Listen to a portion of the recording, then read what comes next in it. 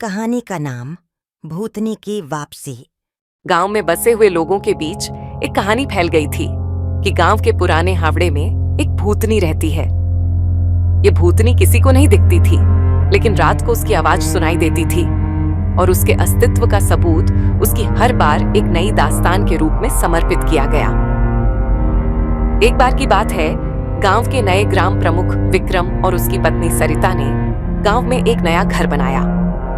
उन्होंने अपने घर को हावड़े के पास ही बनाया था, जिसके बारे में इतनी कई कहानियां सुनी थी।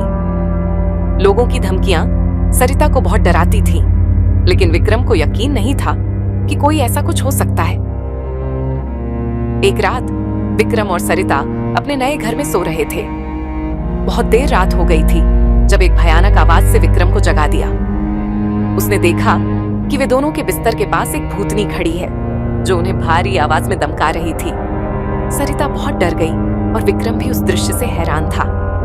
भूतनी ने कहा, मुझे इस हावड़े से बाहर जाने का कोई मार्ग नहीं मिल रहा है, तुम्हें मेरी मदद करनी होगी।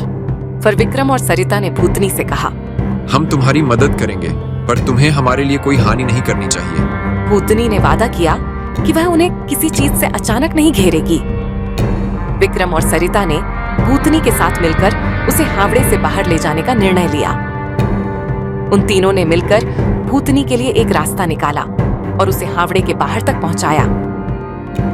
भूतनी ने उन्हें धन्यवाद दिया और उनका आभार व्यक्त किया कि वे उसकी मदद करने में सक्षम रहे।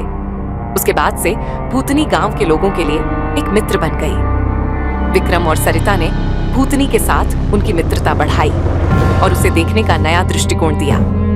वे सबको सिखाते कि हावड़ों में कभी-कभी अनसुनी और अनदेखी बातें भी होती हैं, जिन्हें समझना और सम्मान देना बहुत जरूरी होता है। इस कहानी ने बच्चों को यह सिखाया कि हर रहस्यमय या डरावनी बात के पीछे अक्सर एक समझने या मदद करने वाला सच्चाई होता है।